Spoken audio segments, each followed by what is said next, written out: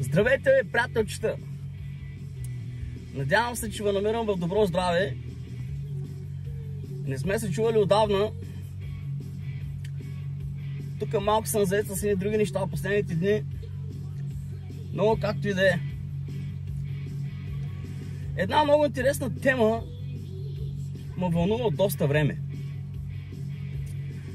Прави ли впечатление как съм се облякал днеска и от коя страна на волана съм седнал? Макар да съм в Англия, днеска съм седнал от лявата страна на волана ми, от лявата страна на колата, и надписа на тениската ми е обърнат наобратно. В смисъл, облякал съм си тениската наобратно. Нали? По принцип, на тениската ми трябва да пише Born to Drum. Обаче не започва с Б, Born, и не започва Drum с Д, ами започва с О и с М надписа. Абе, тениската съм си облякал наобратно. Дълго време мислех по този въпрос, защо толкова много хора във всяко едно видео и във всяко едно селфи си обличат дрехите наобратно. Обаче, когато го направих днес, вече ми светна. Ами, облякал съм си тениската наобратно, защото съм тъп. Тъп, прос. Защото съм прос. Нали? Телефона ми е 2-3 бона, последна дума на техниката, 2025 година, напреднали технологии, ма аз съм толкова спрос, че не мога да намеря копчето, с което да се настроя камерата. Нали? Не си познавам функциите на телефона.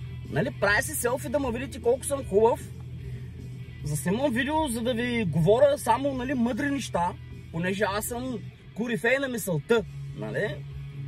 Разбирам от всичко и, нали, пренебрегвам факта, че не мога да работя с телефона си. Важното е, че съм много хубав и говоря само умни работи и ви трябва мене да ме видите задължително. Сега представете си следната ситуация. Аз съм патриот, ама най-големия патриот на света, вея байрака, България, българските символи, българщината, и съм си облякал тениска, на която пише България. Обаче не пише България, ми започва с ята, ами нещо си с я. България наобратно. Демек, че кому интересуват българските символи, е по-важното и мене да ме видите какъв съм нахакан. Нали? България наобратно. Или примерно Адидас, нали, реклама сега малко, ма наобратно с асистант дас нещо. Нали? Или другия момент. Облякал съм си тениска на любимия отбор и буквата на тъй наобратно. Той не е важно. Той не означава, че съм прос. Той означава, че бързам да ви съобща нещо важно. И да се върна там, откъдето започнах. Знаете ли защо съм се облякал тениската наобратно и надписа ми е, нали, не започва с Д, а с М? Щото съм тъпак, пак ви казвам. Щото съм тъп. И знам, че имам много приятели, знам, че имам много познати, които постоянно селфита, мелфита, видеа правят и дрехите им са обърнати наопак. И пичове, вие сте тъпаци. Нали, не ми се сърдете. Тъпи сте, бе, тъпи. Защото имате телефони, ма не знаете как да ги ползвате. Ама иначе знаете да ръсете къл. Знаете, нали, коя валута каква е, знаете икономики, знаете съюзи, знаете всичко, много сте умни, големи сте патриоти. Ама една фанелка не можете да се обличете. Демек един телефон не можете да държите, да работите като хората с него. Нали? Това е причината. Простотията. Ето го и следващия момент. Оказа се, че съм се облякал тениската правилно, бе. Демек, значи можело. Значи, мога да работя с телефона си. Мога, ама аз. Могат хората, които знаят как. Могат хората, които имат поне малко тука. Ама тапаците, идиотите и те шматки, дето се правят на големи професори, на големи разбирачи, те никога няма да могат. Научете се да се работи с телефоните първо. Научете се да говорите правилно. Научете се да пишете. Научете се поне да смятате 2 и 2 колко прави. После елате да ръстите на хората къл. Дето много разбирате от всичко. На елементарни неща се научете. Защото аман от някакви постоянно реши, аз днеска, сега идвам от там, сега тъй направих, тъй с мафията, тъй с такова. Пък една фанелка не може да се обърнеш като хората. Нали, да я обличеш. Да се подиграваш с символите на родината си. България наобратно, с любимия си отбор, примерно Левски наобратно, или ЦСКА да започва с А, или пък Левски да започва с И, и ние такива неща.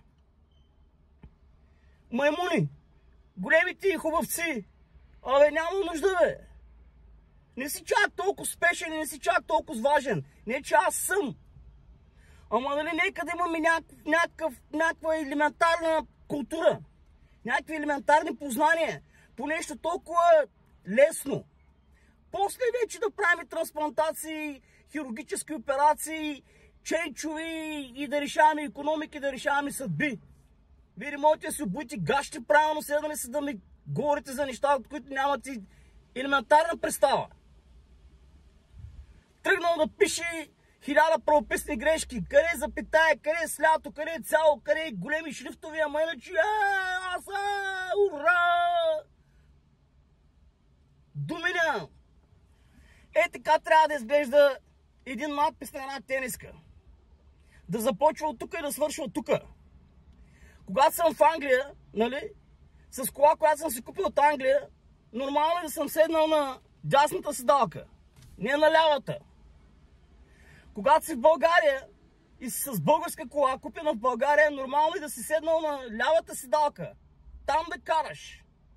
Затова някой път задавам въпроси, те закачките, колко те интересува, колко си просе, не знам си къс. Аз съм просе. Ти си много умен. Дето нямаш едно правилно изречение. Дето България ти започва с я. Ама иначе вееш байрака. Аз съм така, хора, мафията. Каква мафия, бе? Айде, лек ден от мене. Живи и здрави.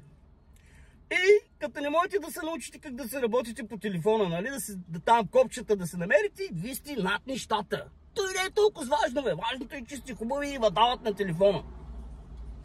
Ай, чао.